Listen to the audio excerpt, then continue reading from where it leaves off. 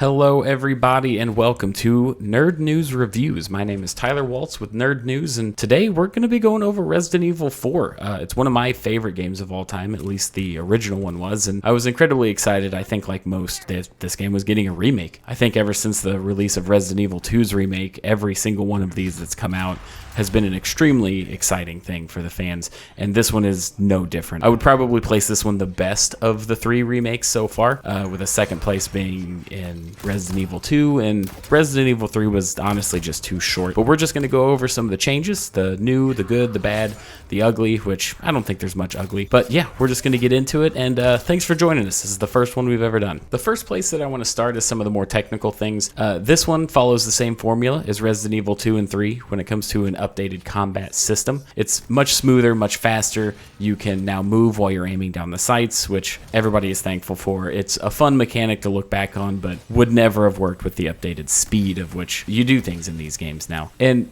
I really liked that they made it more difficult. You can't just go into it with the old tips and tricks like kneecap shots don't always work and just knifing them on the ground, which was another change. The knife now has durability. I know a lot of people were pretty worried about that. I ended up enjoying it. It kind of made me calculate what risks I was willing to take, because when it comes to the combat, the knife is way more important in this game. It's your system of parrying to prevent damage. You can immediately execute enemies that are on the ground. You can even prevent the Plagas from coming out if you're able to catch an enemy that is on the ground about to transform, but it does break. So sometimes you have to make a risky decision in combat to deal with the Plagas if you want to be able to parry or do something different. So that was a nice little touch. I'm really glad that they did that. I think that the new combat is extremely refreshing, and it adds excellent elements to this game that my nostalgia, to a certain degree, almost had to be overridden, because I was dying a ton in the beginning of the game, relying on old tricks that don't work anymore because of this new updated system. And it was frustrating, but equally as fun and exciting to learn what works for this game.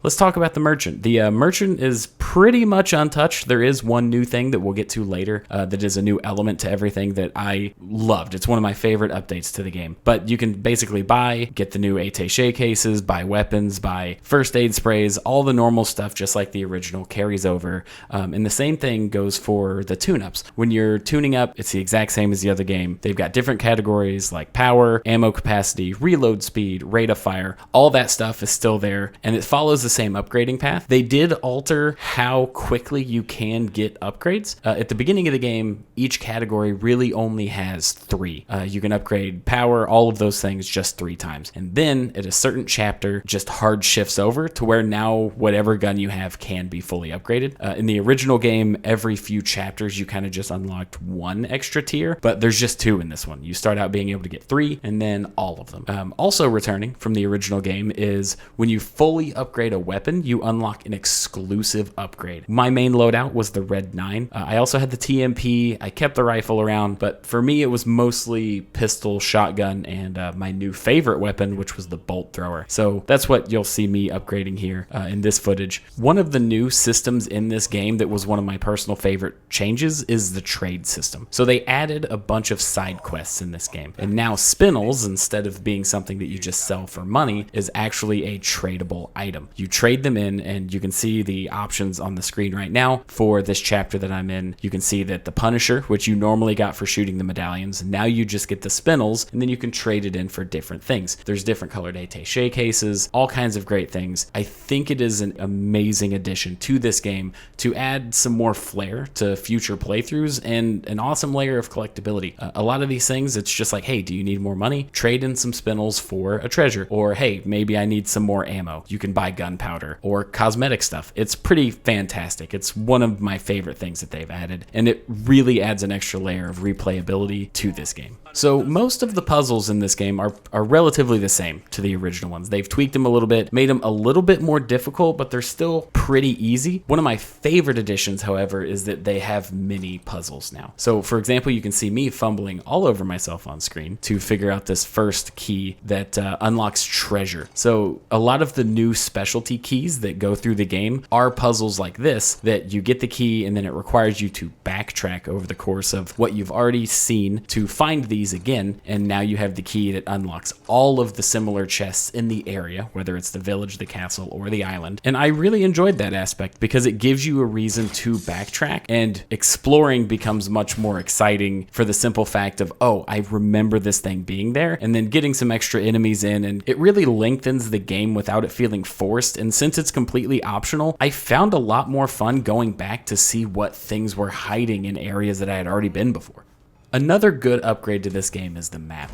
The map is relatively unchanged. It's still just kind of a basic layout, but they added layers to it, so you can check floors now rather than it just being kind of a stagnant look, this is the layout. And you notice that I did buy the treasure map. When you buy the treasure map, that shows the exclamation point for anything that is in the base game. And since I did get the deluxe edition, any of the diamonds that have the plus next to it are the DLC ones. They are relatively the same. You find them the exact same as the regular treasures, but they are the extra ones. So if you're watching this and you're like, hey, I didn't see any with the plus on mine, that is a deluxe edition exclusive. They didn't really add a ton extra into the game. It was nice to have the little bit of extra money, but fundamentally it didn't change a lot. It will be harder if you don't have the deluxe edition because you might not be able to get certain upgrades as quickly. But on the screen, as you're looking now, you can see what the hanging objects that drop the treasures look like. Putting gems back into treasures is returning, and it's better than ever because now instead of it having to be like a red, green, yellow, or the certain colors or gems that go specifically with an object, you now just more generically find rubies and sapphires and yellow diamonds or the square gems below, and you can combine them in any order you want, and you actually get different monetary bonuses based on whether you can match gems or get more assorted colors in. So it kind of is fun just playing around. You can see that when I had all three of the same gems, my bonus was completely different than when I had three different colored gems in. So you can kind of toy with it to get the most bang for your buck for the gems that are worth more money. The last thing that I want to go over is just some of the changes in the boss fights. A lot of them are very similar. The Mendez fight in the beginning of the game, where you kind of end the village chapters, is